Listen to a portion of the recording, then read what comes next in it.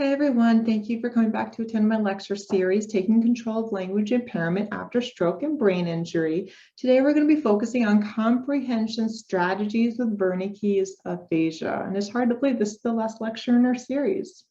So my name is Liz. I am the owner and speech language pathologist at Healthy Speech Solutions. I specialize in online speech therapy care in North Carolina and Florida. So what is Wernicke's aphasia? In case you haven't had an opportunity to listen to prior lectures, Wernicke's area is mainly involved in the understanding and processing of speech and written information. It's located in this part of the brain. This is where Wernicke's area is located. And it is located right behind your ear. So it's not surprising that sound is processed in this area of the brain. A lot of people who have Wernicke's aphasia will make sentences that just don't make sense, where grammatically it sounds correct and there's just some words that are mixed in the sentence. And you're like, did I just hear that? That's not even an English language word. Or person meant to say kitchen, they said chicken in the sentence instead. Or they might say words, but it may not be the correct word to describe what they're trying to express. And a lot of times they're not aware that they're making the mistake in their speech, where they're going on these long drawn out tangents and they're so proud of themselves that they're talking. But on the listener on the other end has absolutely no idea what they're saying. And there's no communication between the two of them for the person with Wernicke's aphasia to realize that the other person is struggling to understand what's being said. Also, we talked about normal lecturers. They tend to speak with very normal intonation and pitch. So they bring up the intonation melody in their words at the end of a word, at the end of a sentence, depending on the grammar rules for that language, whether it's American English or if it's Spanish or if it's another language. Even though the content and the vocabulary words used in the sentence makes absolutely no sense, the intonation is still appropriate. They also typically will speak very quickly because they're so excited to get all that information through. So it's not uncommon that they might interrupt someone because they just want to keep talking, not really realizing that they just interrupted someone and not really realizing that they didn't really understand what the person has said on the receiving end to begin with. So this is a funny meme I came across. Oh, you don't understand? Let me explain it again the exact same way. If someone has Wernicke's aphasia, I'm actually kind of ecstatic if this person actually recognized you don't understand, because a lot of times with Wernicke's aphasia, they're going to keep talking and they're not going to check back with the listener and be like, oh, you didn't understand me. Let me say it. Let me not in this particular circumstance say exactly the same way. It's not the best strategy to help someone understand. You should rephrase the sentence and you should tweak it better to allow someone to understand you better. But it's exciting that this particular individual in this picture recognized, oh, you didn't understand me. So from a therapy standpoint, this person is moving the correct direction because this person's recognizing that there was a communication breakdown. And when someone recognizes there's a communication breakdown, human nature, we want to fix that communication breakdown so people can understand us better. So treatment with Wernicke's aphasia is less focused on physical exercises for correct sound production. Instead, it's a focus on the individual being able to learn how to comprehend what others are saying and be able to recognize what's being said is not accurate. Because if they recognize that inappropriate words being used, then the hope is that they'll be able to rephrase their sounds to be able to produce it again. So this means that we really just want them to understand when the sounds are being used inappropriately, okay? So for example, some treatments for Wernicke's aphasia may focus on just improving the person's attention. This can help a person recognize and correct their speech errors. You should work closely with a speech therapist to help create a program to fit your loved one's needs. Because of Wernicke's aphasia, people can get really easily upset when you're trying to improve their insight into recognizing that they're having communication breakdowns. So something that you can kind of do with alignment with a speech therapist to help you out, because this is going to create some sensitivity for someone who has Wernicke's aphasia, because they're not going to realize that they're having issues. You can create a tape recorder, or you can record short segments of your loved one's speech, and you can share the recording with the person chances are the person's going to get really upset and frustrated and be like, yeah, that's not me. I don't know who that is. That's not me. Or they'll say, is this a joke? Don't waste my time. I'm talking fine. And they're not going to realize that that recording was actually them talking. This could be a good opportunity if they have a sentence, write the sentence down. And, typical communication breakdowns is we want to restate what is being said. So if someone, like, say you're calling a doctor's office and they say to you, oh, blah, blah, blah, you have a doctor's appointment at 2 p.m. tomorrow. So you're supposed to respond, okay, doctor's appointment 2 p.m. tomorrow, as a way to make sure that there's no communication breakdown between the listener and the receiver. So you can use this technique with someone who has Wernicke's aphasia. If they're saying something that makes absolutely no sense, write it down, restate it back and say, this is what I heard, blah, blah, blah, blah, blah. Is this what you meant to have me say? And maybe the person will say, yes, that's exactly it, and not really doesn't make sense. Or maybe they'll say, that's not quite what I meant. Let me say it again. But the goal is to create that insight where they're recognizing that there is a speech problem that's occurring so we can fix the problem. And that's why a lot of times someone with Wernicke's aphasia can get very upset. So it's really good to have a speech therapist or another type professional nearby to kind of help guide you to reduce the frustration with trying to improve that insight and the breakdown in communication. So this is something, so a little twist. So instead of tweaking the individual who has Wernicke's aphasia, these are things that family members can do that will reduce frustration for the individual.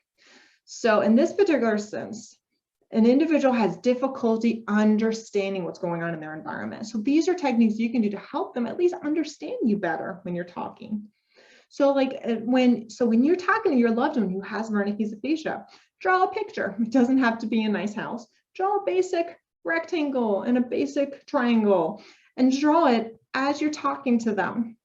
If you're talking about love, maybe draw like a nice little heart on a whiteboard. So get into the habit of drawing pictures as you're talking to them to help them understand, okay, they said this, I'm looking at the picture, I see a heart. I think they're talking about love.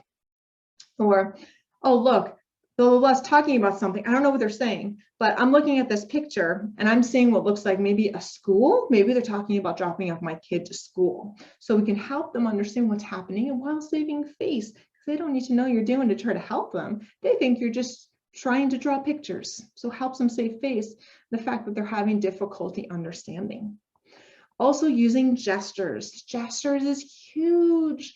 There's so much research out there that shows that a lot of people learn and understand through communication techniques. Okay, and sometimes that can be even more important than what's being said. So if you're talking to someone, something like this, no, that's very strong. That's very easy for someone to understand that, yeah, no, that's not correct. Or yes, great job. And there's a lot of other gestures. If you know sign language, you can know there's other sign language movements that you can use. You can maybe, like, you're having itch here and you're talking, maybe talking about this is the part of your body you're itching. Or look, oh, my arm is hurting and you're pointing to your arm.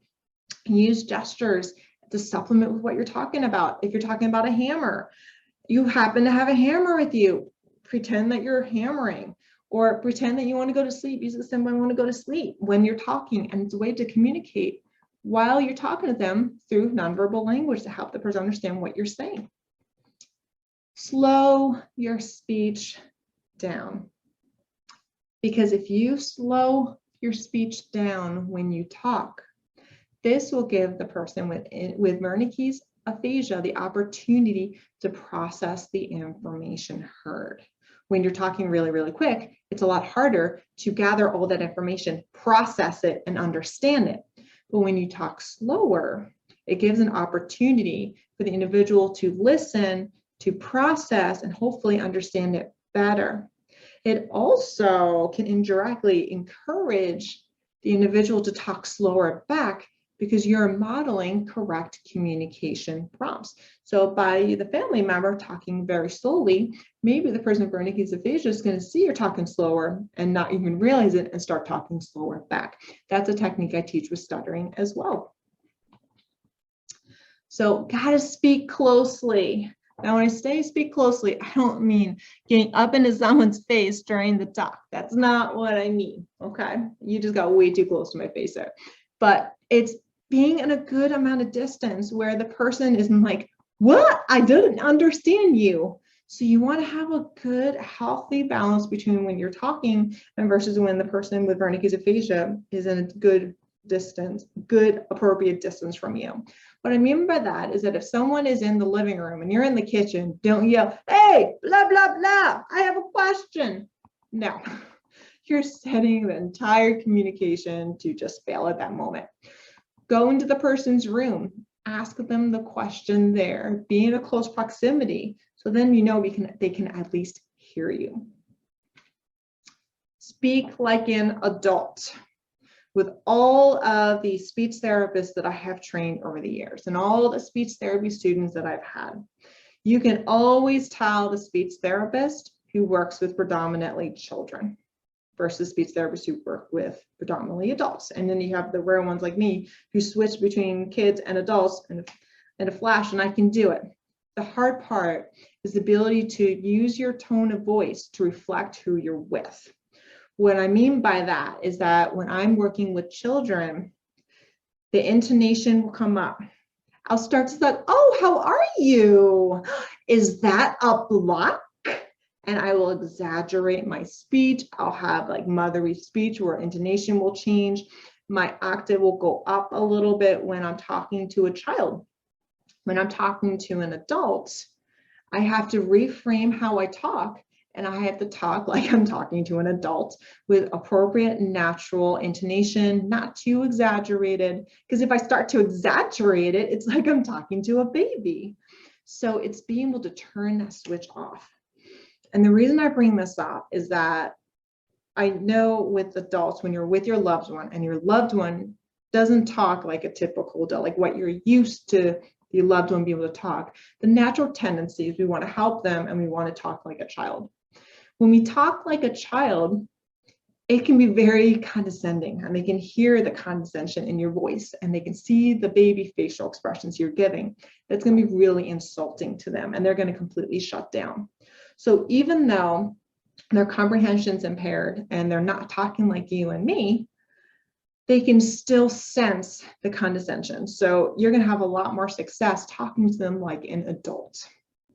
One thing that I've learned in the grapevine, it's very important to focus on your tone of voice based on who you're talking to. So this communication breakdown absolutely cracks me up. So I ran into my ex yesterday. So the woman in the blue shirt says, what did he say? The woman in the other shirt says, I don't know, I just kept on driving. This cracks me up. This is like a Wernicke's aphasia conversation right here, because the woman first said, I ran into my ex. So the listener is assuming she saw him maybe at the store, maybe at the library, maybe walking on the sidewalk with her and they just, cross paths. But the speaker then said, I kept driving. So I'm thinking, does she literally run into him and drove this guy off the road, poor ex? Or she saw him on the sidewalk but kept driving past without acknowledging him? Regardless, there was a communication breakdown that had occurred between these two individuals, because what the woman was saying, I ran into my ex yesterday, is not how the person on the other end was perceived.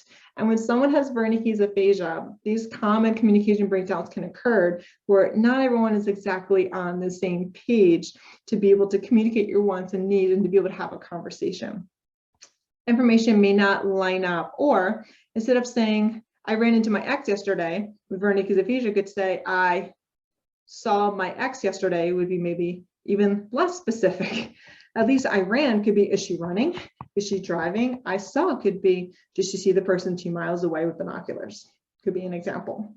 So please, please use my speech therapy strategies and technique, because I really hope it's going to help with your loved one who has Wernicke's aphasia to improve their insight into having the communication breakdown, the comprehension, understanding breakdowns. And I'm hoping that the strategies will help the family improve communication relationships with the person who has Wernicke's aphasia for improved quality of life and family rapport and bonding. And I would recommend seeking speech therapy help as well. It'll help tremendously to have a speech therapist guide you along the way. So thank you for attending my lecture series. I really hope everyone has had a chance to watch it and really feels empowered to improve language impairment after a stroke and brain injury. If any of the language impairments discussed in my lecture series sounds like you or someone that you know of, then please, I beg you, talk to your doctor and seek out speech therapy services. It's really going to help improve your quality of life and create meaning.